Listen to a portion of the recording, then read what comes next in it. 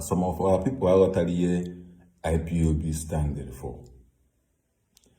Some people from our people ha believe na IPOB being gbasara Nnamdi Kanu. Ha ghọtara na IPOB dịka ụmụnna anyị nwere n'ala Igbo. Onye abụ ma onye enu ma onye ana nwere power to support in any kind. Keka ihe esi wee nọrọ asị, keka a team players ya on a field na-agba ball. Only person people na afọ only the top striker. You forget to say na before the top striker na-eme ọfụma na midfield and defense and keeper the very good before that team emewe ọfụma. People had a fear like that. Hey, okay, ihe na-eme na aka ndị weghọta na true something wrong with some of our people. Onwere ebe nsogbu dị. Anyị dị too emotional and everything ọ bụla anyị na-eme. Kedu ka an individual ofu onye n'ime mmadụ 1 million ya eji wee bụrụ ezigbo mmadụ karịa mmadụ 1 million ahụ n'ime mmadụ niile ahụ niile juru na DOS or IPOB onwere onye bụ ezigbo mmadụ karịa sọsọ Nnamdi Kanu, to the extent na Nnamdi Kanu nọ n'ime nga nwee the guts ịkpọta onye abụla member of IPOB ka ọ bịachira IPOB. Ihe a na-agwa anyị correct na gọọmenti agbago mgba ka ha esi wee napụ the power of IPOB mana o kwere ọhụụ omume. The only option ha needziri na-abụ ka ị ga-esi wee napụ power n'aka ndị that GOS ahụ lead by Chike Dozie nke ka ha esi wee wepụ that power n'aka ha, because ha fugo na onye ha ji na-akịta na ọ dị form of na ka m esi ekwu na ọ dị ọsọ dị form of ebe iji ọsọrọ asịgụ ji ebute akpa na o nwere ego juru die ijeruo ebe ahụ ibute dị akpa enwetago information na ịbịa gị ibulu akpa ahụ ebupụ akpa ahụ werezie akpa ọzọ dobe die empty bag pụta isekpụrụ dị akpa na-aba na ibutego dị ego n'imelu nke a iru ebe a tọpe ya onwere ego dị ya mana oge ahụ ndị azirigo na-abịa na asị yes na akpa ahụ anyị na-ekwu ubi ya nọ dị akpa nọ na ya ka dị ego ahụ dị emepe akpa onwere ego afọrọ. Ihe a bụ ihe na-eme ebe ndị IPOB nọ. That is the fact. Nigerian government chere na ha si wee jide our brother Maazị Nnamdi Kanu na ha ejidego ha capture go IPOB. That na ha jidezie na akịta ha ya na-eme ekizi ọda ka o siri wee chọọ ka ha si wee chọọ ihe ọbụla gụrụ ha agụụ ha ya eme ekie ha ya ewerie ha ya manipulate ime the order without any argument. Mana ọ na-adị ha surprise na onye ọbụla ha si wee try go ka ha manipulate n'ụzọ agara na that decision ahụ nwere ebe o si abịa and ndị na-ege ha ntị ndị na-ege IPOB leadership ntị na-agwa gị na ọ bụrụ na ọ dị esiri ebe o si abịa na o nwere onye na-ege ntị na-adị ha surprise. Mana ana m adị shock some of our brother ya nọ like this decide anyị na-support a man na onwere iyi ọ gbasara na organization pụta isi na onye anyị emetecha like and shock mmadụ dị ndụ sịbụ na kana ebe ọpụnye niile a Simon Ekpa mere n'ala Igbo ka somebody ka nọkwa openly na support kwuopti na ọ na-adọ na-awụ m akpata oyi na-arụ na-agwakwa gị na aka dị manụ dị ọcha onye celebrate ọnwụ nwanne ya egburu somebody n'ala Igbo bụ a coordinator for IPOB egbu onye n'ala Igbo anyị adị manụ pụta openly celebrate inwe the mindset isi na onye ahụ dị good. Na people na-ekwukwa ihe na-atụ m ụjọ like does it mean na Igbo enwezi that sympathy again? Ihe abụ na almighty organization dị ka IPOB ka people ya apụta decide ya na without one person there is no going area that side. Ọ bụrụ ono na ka o si adị ọ bụrụ ma IPOB adịgo beyond individual. No matter how smart also onye ahụ dị, no matter how wise also onye ahụ dị, you can't ever lead IPOB as an individual thinking or the possible or a teamwork. And that a teamwork, one person will never be praised. Making present one person as the best among all. Or just in form of every team na ball, team celebrate only the top striker. You are making mistake because all teamwork. Even a teamwork I am of, but that striker will never do well.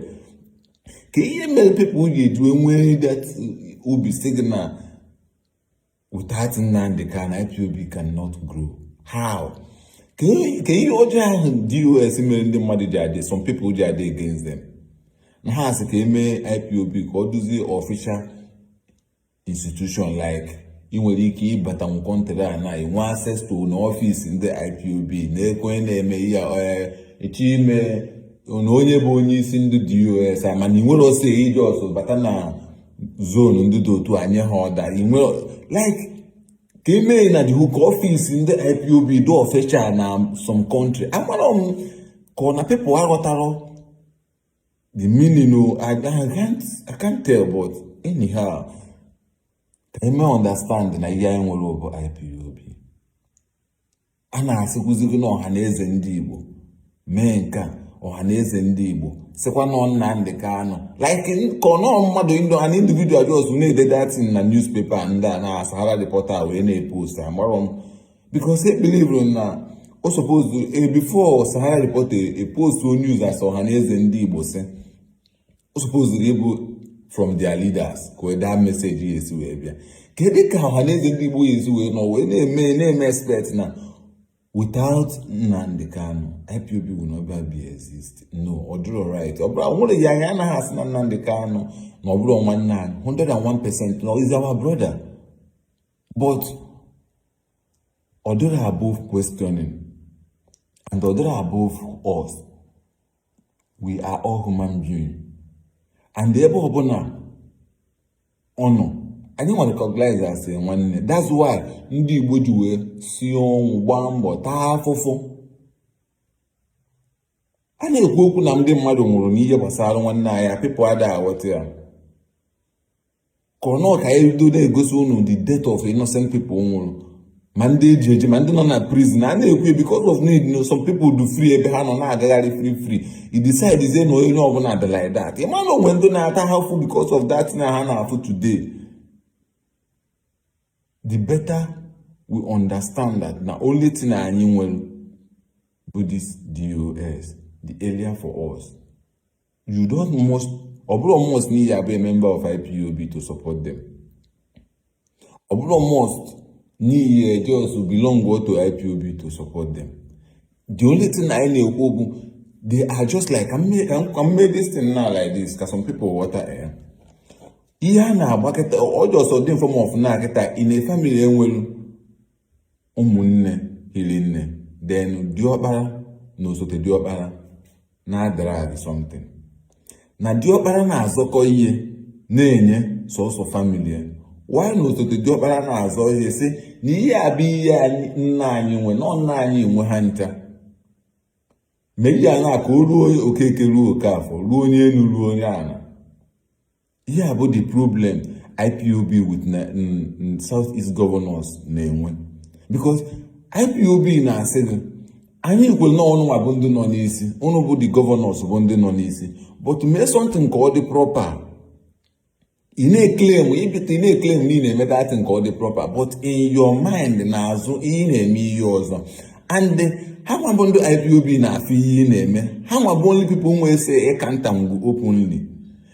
Then the masses or that younger ones now support that second brother, which is IPOB. Now it is informed now. IPOB ne kwoku na metotai. Now go ndo aha ekpolu which is the senior brother.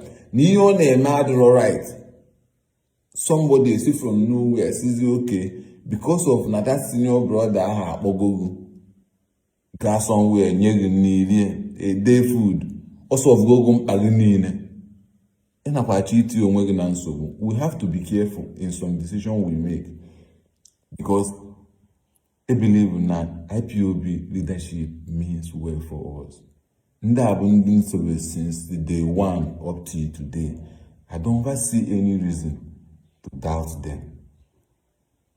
To control people, the very difficult. To organize people, the very difficult. Not to talk of even the no go about thousands to millions. It is is not easy because there is a lot of argument, challenges, obstacle. Some people will come with criminal mind, some people will come with good mind, but they will end up bringing their character times on, time naga. Ka ị na-aghọta n'ihe a, ka ọ karịa na-abụ onye pụta ebe ọ na-challenge ha. Ka anyị gbanye ndị aja n'ukwu ka ha save obodo anyị. Ka anyị gbanye ndị IPOB aja n'ukwu ka ha dozie ebe anyị. Na ndị na-achị anyị abụrụ na ha amarụ na be anyị adịrọ mma, mana ndụ ji ha n'elu jisi ha ike which ha dị enwedasị. Ha nwere ike inwe good intention wee bata, but once ha bara ebe ahụ ha fụwazie ihe na-eme n'ime ha enwe another intention. O nwere reason why nji ekwu okwu like this. Some of our leaders nwere good intention wee bata na power, mana once inwetaga another power ahụ ịbatazie n'ime for another thing, they decide ya na kama ọnụ eri ya akwụsị nke eribere ọbụla ọnụ. This is problem we always have. Thank you.